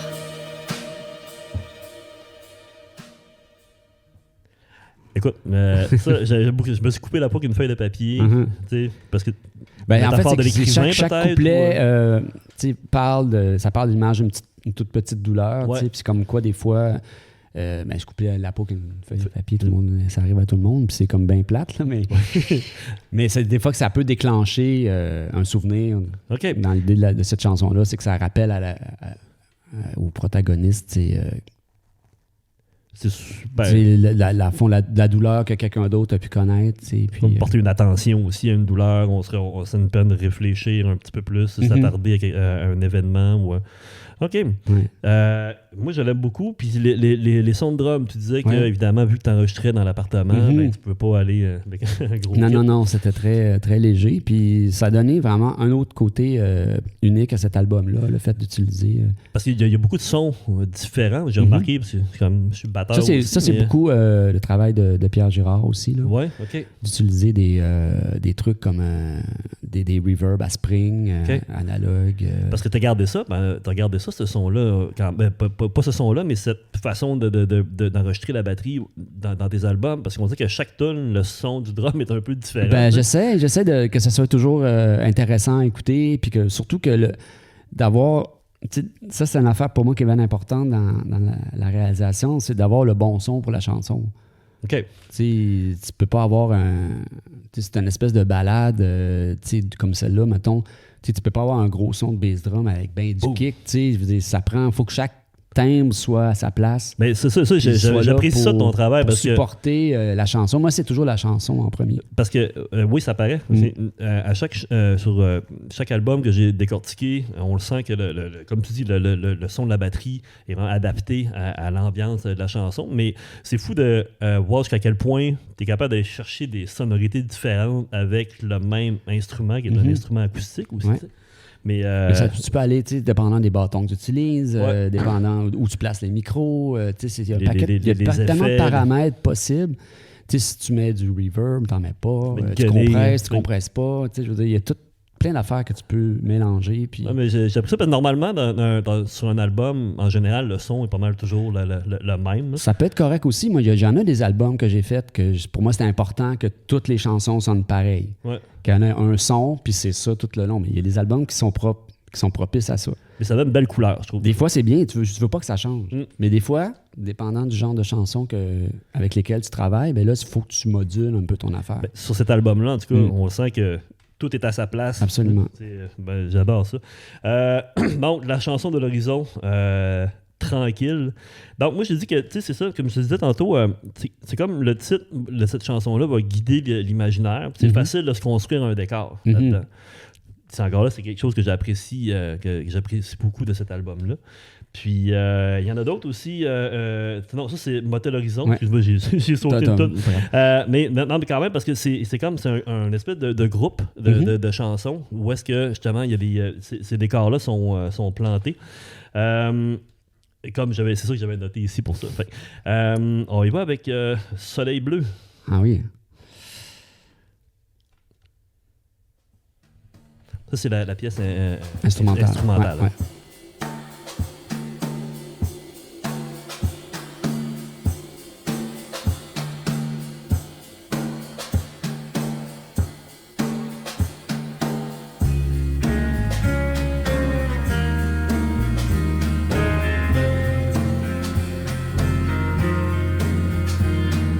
On entend Pierre Girard à la guitare rythmique là-dessus. Ah ouais, ok.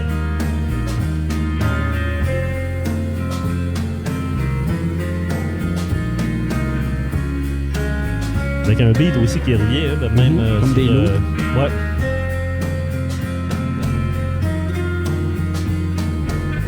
Cette chanson-là est comme en deux parties. Hein. Il y a comme une mélodie qui est.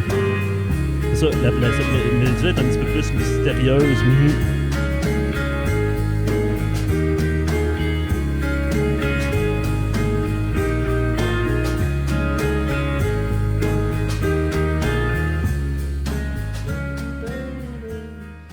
Moi, c'est une question pour toi. Par rapport à tout ça, dans l'ensemble, c'est quoi ton instrument de prédilection pour composer pour cet album-là? Pour cet album-là, ben, ça a été beaucoup la guitare. La guitare? Oui, j'étais vraiment beaucoup à la guitare dans ce temps-là. Il y a un peu de piano qu'on entend, mais c'était vraiment... Parce que du piano, j'en ai joué presque avant de jouer de la guitare. Oui, c'est ça, tu sais que j'ai plusieurs instruments. Mais rendu là, j'étais vraiment plus sur la guitare. Puis là, je commençais à ce moment-là aussi à élargir ma palette de guitariste parce que jusqu'à ce moment-là, j'avais pas mal juste une guitare ou deux. J'avais une genre de Strat que j'ai modifié jusqu'à ce que je me fasse voler. À partir de là, je me suis ramassé avec la guitare de mes rêves, qui était une Telecaster. Puis je m'étais fait donner une guitare jouet. Je m'étais fait voler aussi ma guitare, une vieille guitare Archtop que j'avais. OK. Que j'utilisais en slide parce qu'elle n'était pas jouable. Le manche était trop... L'action était épouvantable. Mais les assurances m'ont payé, dans le fond, une Telecaster et une belle guitare Archtop, Epiphone. Wow, OK. Une guitare de jazz, quasiment. Fait que j'ai commencé à utiliser ces instruments-là. Fait que ça a beaucoup changé aussi mon... Ben, parce qu'il fallait quand même que ton son évolue comparé à Possession 5. Ben, j'avais envie d'aller ailleurs. Puis je les avais sous la main, les instruments. Puis là, j'étais chez nous. En tout cas, j'avais le temps, vu que je travaillais de chez moi. Ouais. Je faisais en télétravail. Encore là, fait en télétravail.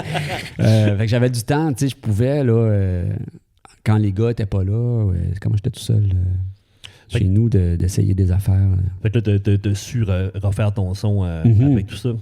Parce que là, c'est une belle recherche sonore. Dans cette chanson-là, c'est une belle recherche sonore.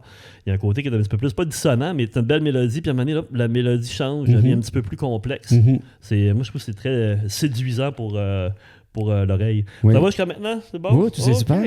Hey, on continue, ça roule. La nuit dérobée.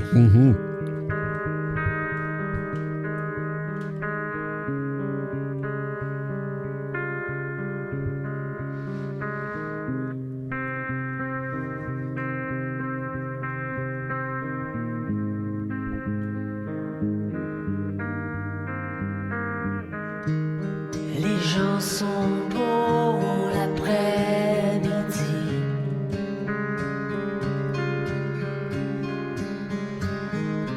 Mais Montréal est plus belle la nuit.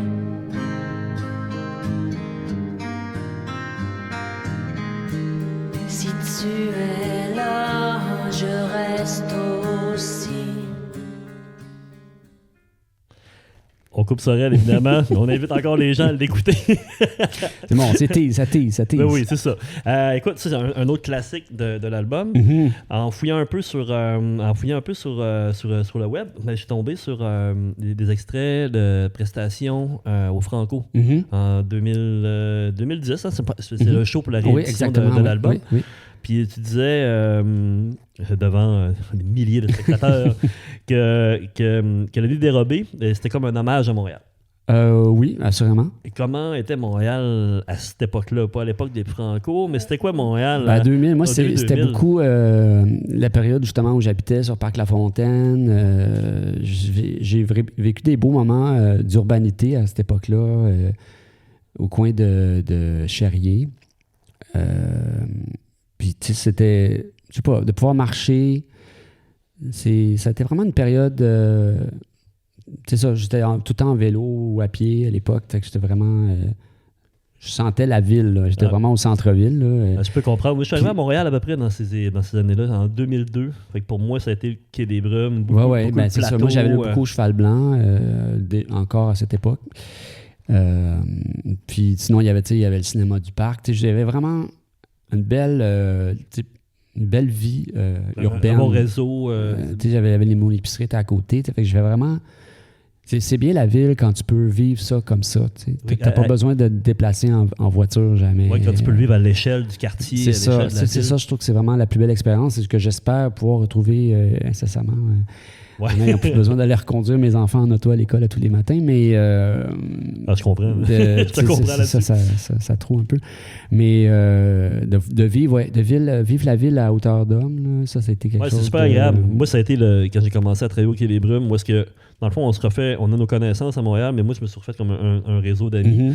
On continue à faire de la musique. On a, tu sais, c'est une époque fast de party aussi, on se découvre. Oui, mais une autre version de toi-même. Dans le fond. On était tous beaucoup plus jeunes, on avait tous beaucoup moins de responsabilités. On dirait que, tu sais, pour moi, je regarde cette période-là, puis tu sais, j'étais encore dans une espèce de redébut, renouveau professionnel, personnel aussi. Tu sais, il y avait comme, je sais pas, une espèce... Tu sais, on avait survécu au bug de l'an 2000. Oui. Never forget. Hey, j'avais comme oublié Puis, ça. bref, tu sais, la vie était pleine d'espoir en 2000. On avait traversé Ça a duré à peu près jusqu'en septembre 2001, mais cette période-là a été assez bénie. Wow. Donc, les gens sont beaux l'après-midi, mais Montréal est plus belle la nuit. Super belle phrase. Si tu es là, je reste aussi. Ça a été, pas un extrait, mais quand même une des chansons aussi les plus qui a roulé le plus de l'album, j'imagine. Sûrement. Ben, c'était la chanson qui avait été choisie par Claude Rajotte sur sa compilation. C'est une chanson qui vient d'être utilisée pour l'adaptation du livre Le Plongeur. Ah oui? Ouais, Francis Leclerc a choisi cette chanson-là pour son film. Ah. Au cinéma, ça va sortir là, au mois de février. OK. Wow. Puis ça a même fait en sorte qu'on a été invité à jouer à la première du film. Ah ouais. Wow. Ouais, fait que, c'est des chansons comme ça que, tu sais, pour moi, cette chanson-là, si quelqu'un dit donne-moi une chanson, si t'as une chanson que je dois écouter de toi pour savoir qu'est-ce que tu fais, je dis. Est-ce que c'est ta première chanson qui se ramasse qui dans un film? Ouais, dans un film. Tu as fait de la musique de film? J'ai fait de la musique de film, mais je pense que c'est la première fois qu'on utilise. Mais non, c'est pas la première fois. Ça a déjà été utilisé aussi dans des films de. Sébastien Pilote a utilisé des chansons de moi. Dans quelques films. Ouais, OK. Mais à ce point-là, je pense que en plus, ça a été utilisé dans la bande-annonce. La chanson est beaucoup plus importante. OK, j'ai pas vu la bande-annonce. On va aller voir ça. Puis ça fait comme, oh wow. Puis c'est une chanson qui a presque 25 ans. Puis de voir, moi, j'ai encore de l'émotion à entendre cette chanson-là aujourd'hui. Je sais pas, c'est un moment de grâce. Tout cet album-là est un moment de grâce avec le recul. Là. Puis, pour moi. Stéphane, comment il t'a approché pour ça? Le réalisateur? C'est la compagnie de prod là, qui m'avait écrit. Là, on aimerait utiliser votre chanson dans le film. OK. Combien ça coûte? Ça vaut la peine? Écoute, c'est jamais... c'est pas une série Netflix, on s'entend. Wow! Non, mais c'est quand même tout un mais honneur, de toute façon, moi, je leur ai dit que s'il m'avait dit on n'a pas d'argent, j'aurais dû prendre l'appareil. Donc, Le Nuit dérobé, superbe chanson, un point un peu tournant de l'album. Et puis, la prochaine, comme aujourd'hui, c'est lundi. Ben oui.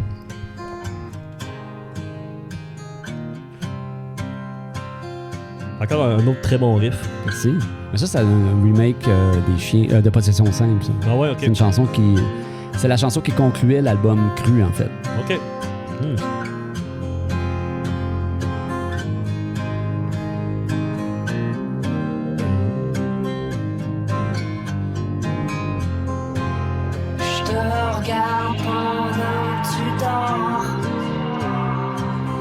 J'aime beaucoup comment tu as traité la voix là-dedans. Ça, c'est Pierre Girard. Ça, qui est sorti. Il y avait une petite machine. Il y a un côté un peu grunge là-dedans. On sortait de ça. Hein? Oui, c'est ça. C'est ça. Psychédélique.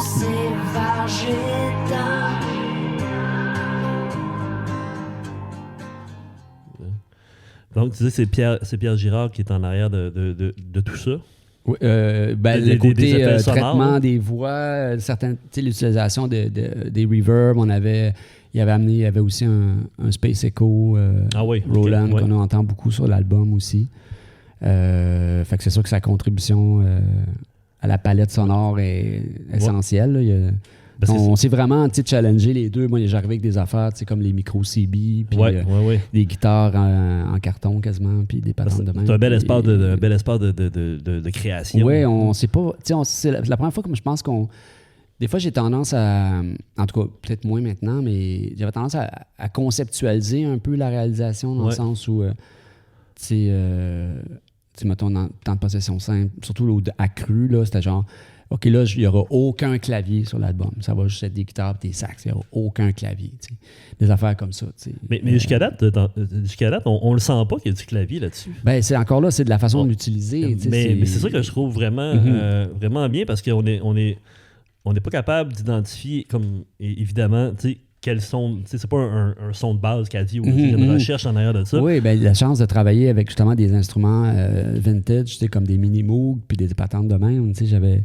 Tu peux vraiment mouler le son à ta guise, tu sais, puis t'es pas pris avec des... Il n'y a pas de preset là-dessus. Là. Fait que ton son, c'est toi qui le fais, là, tu sais. Puis c'est Pierre Girard qui t'a enseigné. Non, pas du tout. Ça, j'ai appris ça par moi-même. Par toi-même, OK. Oui, en 82, genre, j'avais été loué en Minimoog chez Marazza, puis... Wow. Non, J'ai commencé à apprendre comment ça marchait. Non, mais je trouve qu'en tant que réalisateur, si on veut, je trouve que t'as super bien utilisé ça. Là. C'est le fun quand... Parce que je me suis posé beaucoup la question, comment ils faisaient? Est-ce que c'est pas de l'échantillonnage? Il y en a un petit peu? Non. Il n'y a pas de l'échantillonnage. Il y a les violons dans une petite douleur qui sont tirés d'un... Mais ça vient quand même du Mellotron, qui est un autre... L'échantillonnage, patente préhistorique. Préhistorique. Mais l'usage du Moog, pas mal sur toutes les chansons. Ouais, mais que ce soit pour des ambiances ou des basses, des lignes de basse. Il y a beaucoup de ça là-dedans. Puis c'est quelque chose que j'avais envie d'utiliser à moi, je trouve que profusion. c'est vraiment bien d'utiliser là-dedans. Là. Le dépanneur fantôme.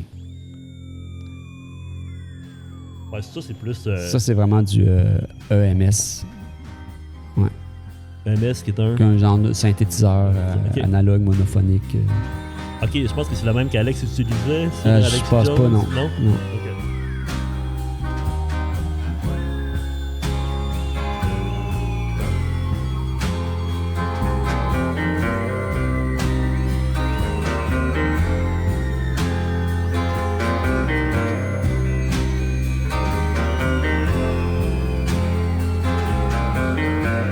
On a encore Pierre Girard à la guitare rythmique là-dessus.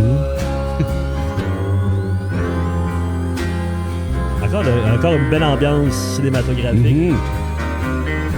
C'est un plaisir d'écouter cet album-là, de s'installer, de plonger dedans. C'est très immersif. Ouais. C'est pour ça que c'est un album que des fois que je vais avoir tendance à réécouter parce que si tu ne mets pas d'écouteur sur la tête et tu pars le disque. Ben, au début 2000 aussi, il y avait comme une recrudescence d'un intérêt pour ces ambiances un peu Ennio Morricone aussi. Oui, C'était comme moi, c'est sûr, comme je disais tantôt, ça reste une grosse influence.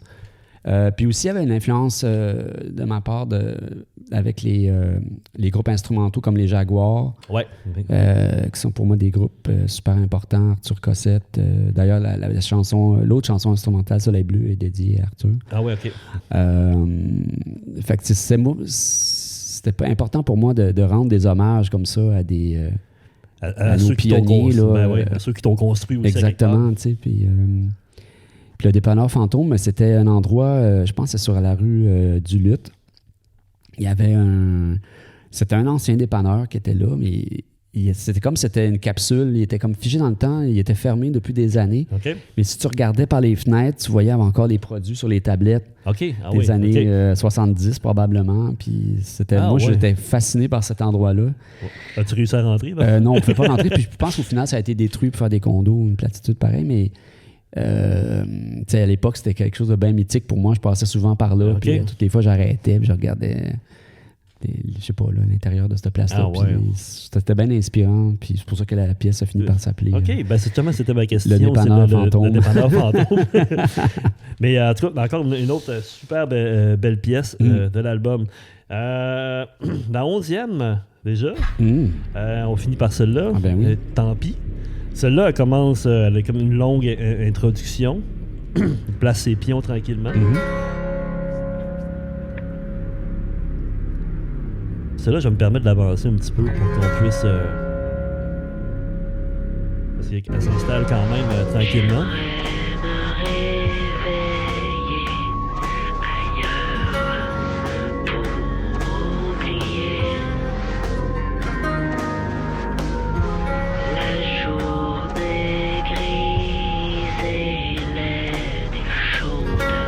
Ça, je pense que c'est la seule chanson où c'est moi qui joue tout sur la chanson. Ah ouais? OK.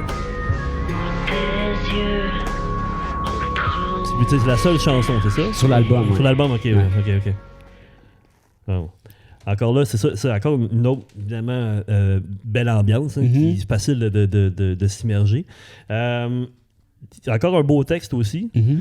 C'est genre, les morceaux d'un rêve qui foutent le camp se remplacent de temps en temps avec ce que l'on trouve sur le long de la route. C'est tant pis, mais c'est la vie. Moi, c'est l'extrait que j'ai isolé, que je trouve encore super bien. Pourquoi tu l'as placé en dernier? Est-ce qu'il y avait une raison pour la placer en dernier? Ça ferme bien l'album? Ouais, toute la séquence de l'album est quand même assez réfléchie. Il y avait vraiment une impression de continuité. On voulait pas que... Je pense pas que cette chanson-là aurait pu être plutôt... au final, peut-être que oui, là, mais... Non, mais ça paraît que le pacing est très réfléchi. réfléchi. Même, on avait tellement un souci de ça que, par exemple, mettons la chanson là, « La maladie », la version originale était, à mon sens, trop vite. OK. Quand c'était en deuxième chanson, je trouvais que ça rushait le rythme de l'album. Fait qu'on a vraiment ralenti le pitch de la chanson OK. pour qu'elle soit plus lente. Fait que, il y avait toute cette notion-là là, de... Fait que t'as un souci d'avoir une continuité, puis vraiment l'album. que t'aies jamais... que tu n'aies jamais envie de te lever pour sauter une toune parce qu'elle n'a pas de rapport avec celle qui vient de Moi, jouer. je trouve qu'elle ferme très bien l'album. Oui. Puis aussi, on a envie de connaître la suite. Elle donne envie de connaître la suite. Ben oui. Puis cette chanson-là, c'est ça. C'est comme une loupe de drum que j'avais faite. Puis le reste, c'est toute une guitare à 100$. Puis des Moog. Puis les Il y a un paroles. CB. C'est une chanson que j'avais écrite, dans le fond, pour une amie à moi. C'est une chanson qui, à la base, était une chanson country. Ah oui, OK. Fait que, originalement, la version n'est pas du tout comme ça. Là. Mais j'ai complètement détruit la chanson au complet, puis je l'ai remontée. Ah ouais, OK. C'est curieux de l'entendre Ouais, country. c'était plus up-tempo, mettons. Là. Ça se fait comme une chanson country. OK, je me passe triste. des paroles dans ma tête en ce moment, puis j'essaie de figurer ça, c'est dit. Fait que, Puis j'avais cette chanson-là. Je savais pas trop quoi faire avec, fait que j'ai décidé de la démolir puis de la remonter. Non, mais c'est un album qui, je trouve on parlait de pacing tantôt, chaque chanson est à sa place, mais il n'y a pas de remplissage sur cet album-là. Ah non, on pourrait dire que les chansons instrumentales le sont, mais moi je trouve que c'était la première fois qu'on faisait ça, mettre des chansons instrumentales, puis c'est quelque chose que j'ai fait sans arrêt depuis ce temps-là. Ouais, parce que je trouve que c'est cool d'avoir des chansons instrumentales. Ben oui, c'est très cool. Ça surtout avec l'album. un album, il y a eu celle-là, puis plus tard, 5 années plus tard, Pleurer la mer morte, mais où le propos peut quand même être un peu, peut sembler pour certains un peu lourd, un peu accablant. Oui, Pleurer la mer morte, oui. Fait que d'avoir des petites pauses instrumentales pour prendre un petit break, je pense que c'est un salutaire, c'est ça, prendre son respect. Écoute, ça ferme la portion une chanson après l'autre. Mm-hmm. On a passé à travers. Avant de conclure cet entretien, j'ai quelques questions pour toi. Mm-hmm. Dans le fond, on va passer au segment rafale. Mm-hmm. C'est une façon de conclure l'album. OK. J'ai fait mon top 3 OK. de l'album, puis j'aimerais connaître le tien. En troisième, puis là, j'enlève la Venus du Myland OK. pour donner une chance aux autres. OK, parfait. Mon top 3, la nuit dérobée. Mm-hmm. Ensuite, dormir au bord d'une autoroute. Mm-hmm. Puis la ville est en feu. Mm-hmm. Tu sais, évidemment, là, là, je viens d'écouter l'album, il y a des choses qui peuvent changer, mais c'est pas mal mon top 3. Ouais, il peut juste être fluctuant, je pense, ce top 3, parce que pour vrai, à mon sens, à moi, chacune des chansons est réussie. Oui. C'est la première fois aussi, je pense, que je réussis à faire un de mes propres albums où je trouvais que chaque chanson était parfaite. C'est vrai que c'est difficile de faire un top 3, mais on a tué quand même, puis es-tu capable d'en dire? Moi, c'est sûr que Venus de Myland, pour moi, ça reste une grosse chanson. Pour pas renommer les mêmes que toi, mettons. Tu peux. Parce que c'est ça, c'était un long travail pour moi, cette chanson-là. Puis de réussir à arriver à quelque chose d'aussi satisfaisant, pour moi, c'était un accomplissement en soi. Là, parce que je me suis battu avec cette chanson-là longtemps. Puis d'arriver, puis de dire Je t'ai eu, toi. T'es là. Tac sur le mur. Puis, Ta meilleure chanson en concert? Oh mon Dieu. Peut-être pas sur cet album-là, mais de cet album-là? De cet album-là, Venus de Myland, je trouve que c'est une chanson qui est cool à jouer. Évidemment, en spectacle, est un petit peu plus rythmé aussi. Un peu plus, mais pas tant. Puis même, je te dirais qu'elle est un peu plus dépouillée même. Moins l'arrangement est moins somptueux un petit peu, mais je pense que ça démontre que la chanson, elle se tient. Je peux vraiment me la faire guitare-voix, puis ça va marcher aussi. Okay. Puis il y a du mouvement, il se passe pas mal d'affaires. Fait que c'est le fun, c'est complet. Là, comme, J'ai écouté justement La Nuit dérobée quand tu as joué au Franco. Ça sort super bien aussi. en show, là, c'est vraiment une bonne chanson. La prochaine, je pose les mêmes questions un peu à tout le monde, mais ça va être un peu difficile. Qu'est-ce qui vieillit bien et qu'est-ce qui vieillit mal dans cet album? Ben, je vais être un peu prétentieux, mais pour moi, il n'y a rien qui vieillit mal dans cet album-là, malheureusement. C'est pour ça que c'est un classique. C'est correct. Mais pour vrai, c'est le seul disque, je pense, un des rares disques que j'ai fait que je trouve qu'il... Ben, c'était mon avis aussi. Il y a des disques, comme je te dis, si je pouvais, je les remixerais parce qu'on a échappé telle affaire. Peut-être qu'aujourd'hui, ça aurait été mieux. Mais ça, ce disque-là, on l'a mixé, Pierre puis moi, sur ma petite console dans mon bureau. Minimal. C'était vraiment mixé à mitaine. On avait un DAT, puis il n'y avait pas d'automation. Il n'y avait rien. Fait que j'étais vraiment mixé old school. Là.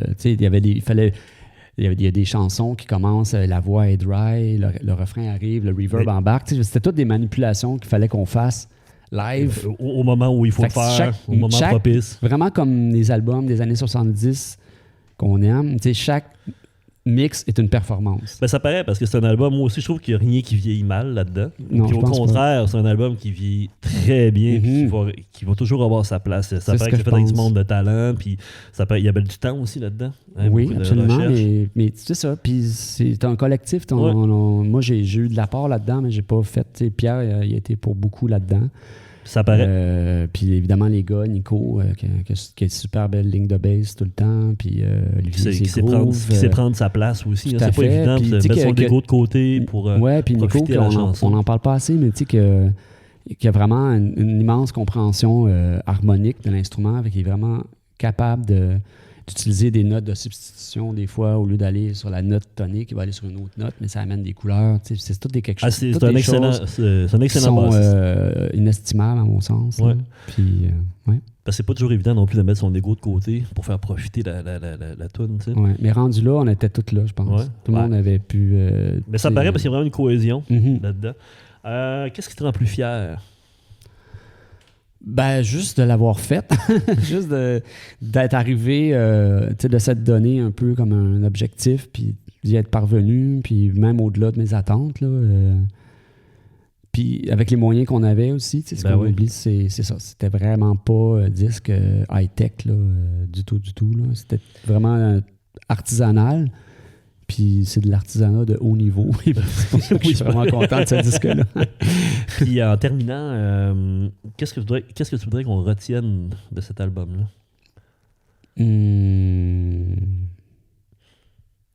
Est-ce qu'on pourrait citer un exemple, par exemple, peut-être quelqu'un qui débute dans la musique ou qu'est-ce que tu aimerais qu'on retienne de cet album-là? Ben, c'est que je pense que c'est un album qui est très touchant. Dans mon cas, pour la première fois, les émotions étaient justes et bien dosées. Puis juste une touche d'émotivité. Savoir, dans le fond, s'ouvrir juste assez pour... oui, puis c'est sûr, mais faire quelque chose qui soit aussi facile à recevoir. Puis... OK. Puis, moi, je pense que c'est une bonne chose. C'est quelque chose que je dis souvent, parce que moi, je suis enseignant en art plastique au secondaire, je ne suis pas animateur. Mais c'est quelque chose que je dis souvent à mes élèves aussi, c'est de savoir un peu s'ouvrir, laisser aller un peu de soi dans son œuvre pour qu'elle puisse vraiment nous appartenir à quelque part puis qu'on y prenne soin. Hein? Je pense que c'est un peu le cas. En terminant, ce serait le moment du défi. Ah, un défi? Oui. Non, en fait, c'est le moment où je demande à mon invité de mettre au défi quelqu'un d'autre à participer, un autre artiste à participer au podcast. Ah! Qu'est-ce qu'on pourrait bien mettre au défi? Je ne sais pas s'il voudrait le faire, mais bon, on peut toujours demander à notre ami Pierre Flynn, il me semble. Ce serait le fun. Demandons à Pierre Flynn. Parle de son dernier album, mettons. OK. Ben, écoute, on a passé à travers. Merci. Ben, merci à toi, Éric, de ta participation. Merci aux auditeurs. Puis on se revoit pour un prochain épisode de l'album podcast. C'est parti. Merci, Éric. Merci.